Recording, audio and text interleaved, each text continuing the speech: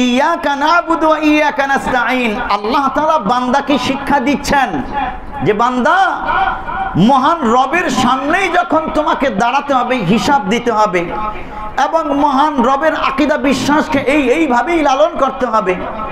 রব ছাড়া, মহান রবের দরবার ছাড়া তোমার কোনো দরবার যখন নাই, তাহলে তুমি এইভাবেই প্রতিজ্ঞা করো, চুক্তি করো, মহান রবের সাথে চুক্তি করো, ইয়াকা না'বুদু ওয়া ইয়াকা নাস্তাঈন। আয় আল্লাহ, আমরা একমাত্র তোমারই ইবাদত করি, আনুগত্য করি, দাসত্ব করি।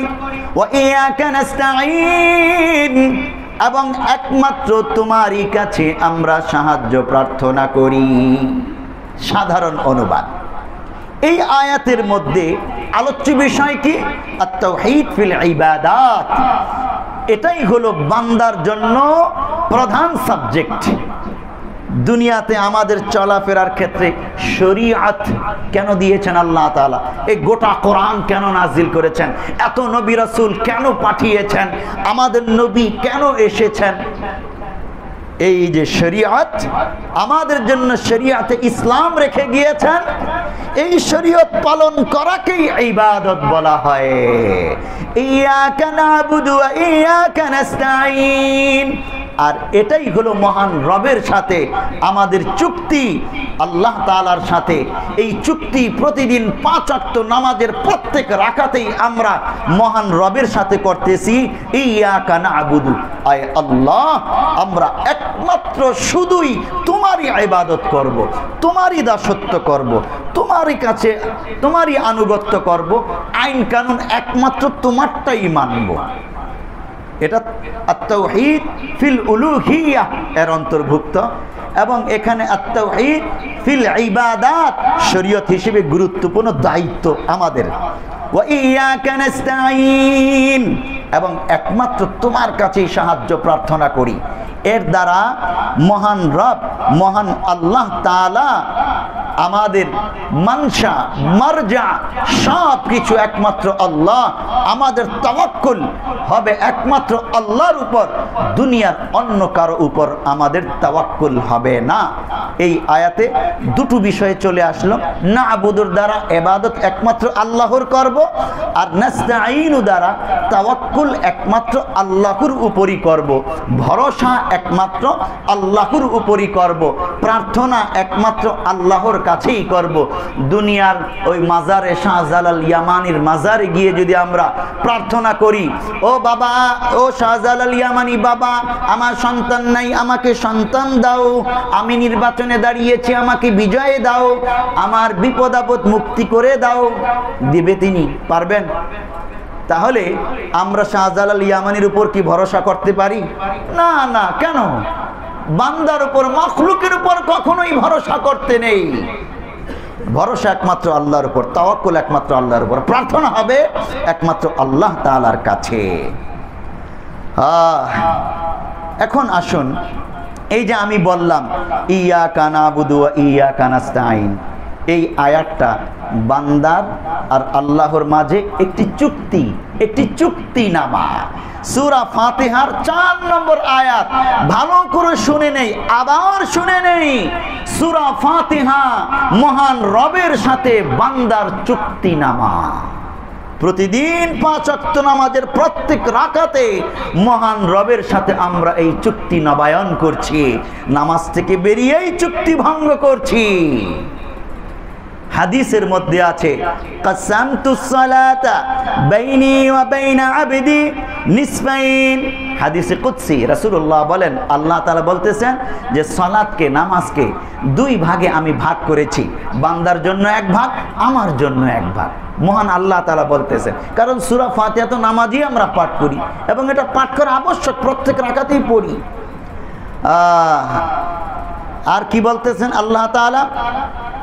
ফানিসফুহা লি ওয়া নিসফুহা লিআবদি ওয়া লিআবদি মা সাআলা। অর্ধেক আমার, অর্ধেক আমার বান্দার। আর আমার বান্দা চুক্তিবদ্ধ হয়ে আমার কাছে যা কিছু চেয়েছে, আমার বান্দা তা পাবে। কারণ আমাকে বান্দা যেটা দিয়েছে এর বিনিময়ে বান্দা যা চেয়েছে সে পাবে। তাহলে নিসফুন আল্লাহর নিসফুন বান্দার, অর্ধেক আল্লাহর অর্ধেক বান্দার। এইভাবে আল্লাহ তাআলা বান্দার সাথে চুক্তিবদ্ধ হয়েছেন আর বান্দাকেও চুক্তিবদ্ধ হওয়া শিখিয়েছেন কিভাবে করতে হবে। ইয়্যাকা না'বুদু ওয়া ইয়্যাকা নাস্তাঈন। আনুগত্য, দাসত্ব, গোলামি, ইবাদত একমাত্র কার হবে? আল্লাহর। এটা আমরা চুক্তিবদ্ধ হয়েছি না'বুদু জামা মুতাকাল্লিম শব্দ ব্যবহার করি। ইবাদত শব্দ কাকে বলা হয়? ইবাদত অর্থ কি? মাখুযাতুম মিনাদ দিল্লাতি ইউকালু তরিকুম মুআব্বাদুন আই মুযাল্লালুন। ইবনে কাসির, আল্লামা ইবনে কাসির রাহমাতুল্লাহি আলাইহি উল্লেখ করেছেন যে ইবাদত শব্দের শাব্দিক অর্থ এটা হলো নিচতা, দীনতা, হীনতা, দুর্বলতা ইত্যাদি। বান্দা তো দুর্বলই হয়, নিচু হয়, মহান রব উঁচু ক্ষমতাবান হয়। শরীয়তের পরিভাষায় হিয়া মা ইয়াজমাউ কামালুল মাহাব্বাতি ওয়াল খুদুই ওয়াল খাউফি ওয়া কুদ্দিমাল মাফউল ওয়া কুররিরা লিল ইহতিমামি ওয়াল হাসরি। আমি পুরো কথা বলছি না, এখানে বোঝানো হয়েছে ইবাদত বলা হয় আন্তরিকতা, ভয়, মহাব্বত, যাবতীয় আশা ভয় অন্তরে নিয়ে রাসূলের সুন্নাহ পদ্ধতিতে মহান রবের আদেশ পালন করাকে ইবাদত বলে। সংক্ষিপ্ত এই ব্যাখ্যাটা আমরা জেনে মনে রাখবো ইনশাআল্লাহ। আর কোরআনুল কারীমে ইয়্যাকা না'বুদু ওয়া ইয়্যাকা নাস্তাঈন এই আয়াতের তাফসিরে কোরআনের আরেকটা আয়াতের তাফসির দিয়ে আমরা করতে পারি। আল্লামা ইবনে কাসির রাহমাতুল্লাহি আলাইহি ও সেই তাফসির করতে গিয়ে আয়াতগুলো উল্লেখ করেছেন। যেমন মহান আল্লাহ তাআলা বলছেন ফা'বুদুহু ওয়া তাওয়াক্কাল আলাইহি ওয়া মা রাব্বুকা বিগাফিলিন আম্মা তা'মালুন। সূরা হুদ আয়াত নম্বর 123। ফা'বুদুহু, ইবাদত করো একমাত্র তার, মহান আল্লাহর। মহান আল্লাহই তো সৃষ্টি করেছেন আমাদেরকে। ওয়া তাওয়াক্কাল আলাইহি, এবং তাওয়াক্কুল করো একমাত্র তার উপর। এই না'বুদু এটার দ্বারা ফা'বুদুহু, আর নাস্তাঈন এই আয়াতের ব্যাখ্যা অন্য আয়াতে ওয়া তাওয়াক্কাল আলাইহি, তার উপরই ভরসা করো। দুনিয়ার কেউ তোমাকে বাঁচাতে পারবে না, দুনিয়ার কেউ তোমাকে কিছু দিতে পারবে না, ক্ষমতা নাই। আল্লাহর কাছেই চাও, তার উপরই তাওয়াক্কুল করো। ওয়া মা রাব্বুকা বিগাফিলিন আম্মা তা'মালুন, আর তোমার রব তুমি কি কাজ করো এই ব্যাপারে গাফিল নন। তুমি যা যা করো, যখনই যা কিছু করো তিনি জানেন, তিনি সম্যক অবহিত। সুতরাং মহান রবকে ফাঁকি দিয়ে তুমি কিছু করে ফেলবা এটা কল্পনাও করো না। অতএব নামাজে তুমি চুক্তি করলা ইয়্যাকা না'বুদু ওয়া ইয়্যাকা নাস্তাঈন, আয় আল্লাহ একমাত্র তোমারই গোলামি করি, তোমারই দাসত্ব করি, তোমারই ইবাদত করি, তোমার কাছেই প্রার্থনা করি, অন্য কারো দাসত্ব আনুগত্য করি না, অন্য কারো আইন কানুন মানি না, অন্য কারো কাছে কিছুই প্রার্থনা করি না, অন্য কারো উপর ভরসা করি না। এই চুক্তি যখন তুমি করলা, বান্দার নামাজে আল্লাহর সাথে তোমার চুক্তি হয়ে গেল। নামাজ থেকে বেরিয়েই তুমি কি করতেছো জেনে নিও, এই ব্যাপারে আল্লাহ গাফিল না। নামাজ থেকে বেরিয়েই বান্দা ওই দোকানে গিয়ে 2 নম্বরই করে, ফরমালিন মিশায়, মানুষকে ঠকায়, আর গোলামি করে নেতার, প্রভাবশালীদের। নেতার কথায় আল্লাহর আইন কানুন বাদ দেয়, নামাজ পড়তে ভুলে যায়, কোরআনের আইন ভুলে যায়, অন্যায় করতে বলেছে অন্যায় করে বলে। নামাজের মধ্যে সে প্রতিজ্ঞা করলো মহান রবের আনুগত্য, গোলামি, কিন্তু নামাজ থেকে বেরিয়ে চুক্তি ভুলে গেল। এটা শুধু সাধারণ ব্যক্তিরা না, একেবারে নিম্ন থেকে উচ্চ শ্রেণীর সবাই নামাজে চুক্তি করে, একটা নামাজ থেকে বেরিয়েই চুক্তি ভঙ্গ করে ফেলে। আপনি বলুন মহান আল্লাহ তাআলা কয়বার আপনাকে ক্ষমা করবেন? কয়বার ক্ষমা করবেন? বারবার তামাশা করতেছেন মহান রবের সাথে, কয়বার আল্লাহ তাআলা আপনাকে ক্ষমা করবেন? কিন্তু ওই যে রহমানুদ দুনিয়া, আল্লাহ তাআলা দুনিয়াতে অফুরন্ত দয়াশীল, সবাইরে সুযোগ দিয়েছেন। এত এত অপরাধ করে বান্দা, তারপরেও আল্লাহ তাআলা বাঁচিয়ে রাখেন। অন্যথায় যেই পাপ করি আমরা, যেইভাবে দুর্নীতি করে এক একজন ক্ষমতা পাবার পর, এই যে কিছুদিন আগে পুলিশ অফিসার একজনের কথা আপনারা শুনেছেন, ওরে বাবা, তার সম্পত্তির বর্ণনা যখন পেপার পত্রিকায় মিডিয়াতে আসলো, আমরা হতবাক হয়ে গেলাম। একটা সরকারি কর্মকর্তা এত সম্পত্তির মালিক হইল কেমনে, এত এত বানাইলো কেমনে দেশে বিদেশে? ওরে বাবা, কত মানুষের না জানি সে সম্পত্তি কেড়ে নিয়েছে। তাহলে আপনি চিন্তা করেন, সেও তো নামাজ পড়ে, সেও তো নামাজের মধ্যে বলেছে ইয়াকা না'বুদু ওয়া ইয়াকা নাস্তাঈন। এরকম বেনজির পৃথিবীতে, বাংলাদেশে আরো কত জানি আছে, আল্লাহ তাআলাই ভালো জানেন। সবাই তো ইয়াকা না'বুদু ওয়া ইয়াকা নাস্তাঈন বলে, কিন্তু কি করে? আল্লাহ তাআলা আমাদেরকে সবক নেওয়ার তৌফিক দান করুন। এখানে আমাদের পরিচয়, এই আয়াত থেকে বান্দার পরিচয় শুরু হয়েছে। বান্দার পরিচয় কি? আমাদের পরিচয় কি? আমি প্রধানমন্ত্রী, আমি প্রেসিডেন্ট, আমি মুফতি, আমি মুহাদ্দিস, আমি মাওলানা, আমি এই, আমি সেই, আমি শিল্পপতি, আমি বড় লোক, আমি ছোট লোক, আমি শ্রমিক, আমি মালিক, আমি রিক্সাওয়ালা, আমি পাজেরো হাঁকানেওয়ালা। কত পরিচয় আমাদের! না, এটা আমার পরিচয় নয়, এটা আমার আসল পরিচয় নয়। আমার আত্মপরিচয় এই এখান থেকে শুরু। ইয়াকা না'বুদু ওয়া ইয়াকা নাস্তাঈন। আমি কে? আয় আল্লাহ, আমি তোমার দাস, আমি তোমার দাসত্ব করি। ইয়াকা না'বুদু, একমাত্র তোমারই দাসত্ব করি। আল্লাহর দাস হওয়া, আল্লাহর গোলাম হওয়া বান্দার জন্য সৌভাগ্যের বিষয়। সবাই প্রকৃত দাস আর গোলাম হতে পারে না। শ্রেষ্ঠ গোলাম, শ্রেষ্ঠ দাস এই পৃথিবীতে নবীগণ। বলবেন হুজুর কোন কি? তাদেরকে আমরা গোলাম বলবো, দাস বলবো? হ্যাঁ বলবো। আল্লাহ তাআলা বলেছেন। আরে বাংলায় আমরা দাস বলি, গোলাম বলি, আরবিতে এটাকে বলে আব্দুন। আব্দুন অর্থ বান্দা। আব্দুন যখন বলি তখন কি খারাপ লাগে? কিন্তু যখন কাউরে বলি ওই গোলামের পুত গোলাম, তখন এটাকে গালি মনে হয় না, খারাপ মনে হয়। গোলাম বললে, দাস বললে খারাপ মনে হয়। আব্দুন, আল্লাহর দাস হওয়া, আল্লাহর গোলাম হওয়া, এটা সৌভাগ্যের বিষয়।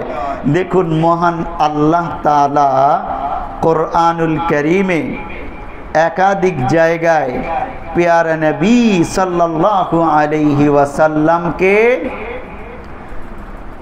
দাস বলেছেন, গোলাম বলেছেন।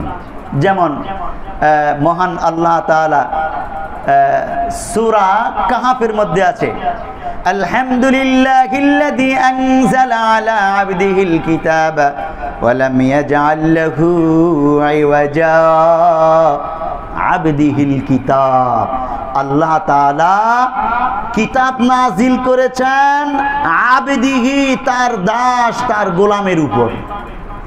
তার দাস, তার গোলাম কে? মুহাম্মদুর রাসূলুল্লাহ সাল্লাল্লাহু আলাইহি ওয়াসাল্লাম। আবার আরো দেখুন সূরা বনী ইসরাঈল, ওখানে মহান আল্লাহ তাআলা রাসূলুল্লাহ সাল্লাল্লাহু আলাইহি ওয়াসাল্লামের শ্রেষ্ঠতম মুআজিজার বর্ণনা দিতে গিয়ে বলছেন, সুবহানাল্লাযী আসরা বিআবদিহি লাইলাম মিনাল মাসজিদিল হারামি ইলাল মাসজিদিল আকসা। সুবহানাল্লাযী আসরা বিআবদিহি, আবদুন। সমস্ত প্রশংসা পবিত্রতা সেই মহান সত্তার, যিনি রাত্রি ভ্রমণ করিয়েছেন তার দাসকে, তার গোলামকে, তার বান্দাকে রাতের কিছু অংশে মসজিদে হারাম থেকে মসজিদে আকসায়। এরপরে হাদিসে আসছে সিদরাতুল মুনতাহা, শরীফুল আকলাম, আরশ আজিম, উপরের জগতে। যাই হোক, মেয়ারাজ যেটাকে আমরা বলি, মেয়ারাজ হয়েছে। ওখানেও আল্লাহ তাআলা আব্দুল শব্দ ব্যবহার করেছেন। হযরত ঈসা ইবনে মারইয়াম, ঈসা আলাইহিস সালামকে খ্রিস্টানরা বলে রুহুল্লাহ, আল্লাহর রূহ, এবং কালিমাতুল্লাহ, আল্লাহর কালিমা। আবার বলে ইবনুল্লাহ, তিনি আল্লাহর পুত্র। নাউজুবিল্লাহ। আল্লাহর পুত্র নাকি ঈসা আলাইহিস সালাম। অথচ ঈসা আলাইহিস সালাম হলেন আল্লাহর বান্দা, গোলাম, দাস। হযরত ঈসা ইবনে মারইয়াম জন্মগ্রহণ করার পরেই মায়ের কোলে থাকা অবস্থায় কি বলেছিলেন? ইন্নী আবদুল্লাহ আতানিয়াল কিতাব ওয়া জাআলানি নাবিয়্যা। খবরদার জেনে নিও, ইন্নী আবদুল্লাহ, আমি আল্লাহর গোলাম, আল্লাহর দাস, আল্লাহর বান্দা। আতানিয়াল কিতাব, আমাকে কিতাব দেওয়া হয়েছে। ওয়া জাআলানি নাবিয়্যা, আমাকে নবী বানানো হয়েছে। তাহলে দাস হওয়া, গোলাম হওয়া বান্দার জন্য এটা সবচেয়ে বড় সাইনবোর্ড, সবচেয়ে বড় পরিচয়। মুফতি মুহাদ্দিস হওয়া, প্রধানমন্ত্রী, প্রেসিডেন্ট, এমপি, মন্ত্রী, শিল্পপতি হওয়া, শ্রমিক, মালিক হওয়া বান্দার জন্য লক্ষ্য উদ্দেশ্য নয়, বান্দার পরিচয় নয়। বান্দার একমাত্র আত্মপরিচয় এবং লক্ষ্য উদ্দেশ্য হলো বান্দা গোলাম হবে আল্লাহর, দাসত্ব করবে আল্লাহর। আর আল্লাহর দাস গোলাম হতে পারলেই আমি বান্দা হিসেবে কামিয়াব, সফল কাম হয়ে গেলাম। নবীগণ যেভাবে বান্দা, দাস, গোলাম হিসেবে কামিয়াব হয়েছেন। ইয়াকা না'বুদু ওয়া ইয়াকা নাস্তাঈন, এই আয়াত থেকে, সূরা ফাতিহার 4 নম্বর আয়াত থেকে আমাদের জন্য অন্যতম সবক, আমাদের আত্মপরিচয়। আমরা আল্লাহর দাস, আল্লাহর বান্দা, আল্লাহর গোলাম। আল্লাহর গোলাম, দাস হবার জন্য আমাদের যাবতীয় চেষ্টা প্রচেষ্টা থাকবে, দুনিয়ার ক্ষমতা, রাজত্ব লাভ করার জন্য নয়। আর আমার এই পরিচয়কে নিয়েই আমি গর্ববোধ করব, দুনিয়ার অন্য কোনো পরিচয় নিয়ে আমি গর্ববোধ করব না। তবেই আমি সফল কাম হতে পারবো। হাসরের ময়দান থেকে জান্নাতে গিয়ে মহান রবের দাস হিসেবে মহান রবের সামনে দাঁড়াতে পারবো এবং নিজ চোখে মহান রবকে দেখতে পারবো ইনশাআল্লাহ।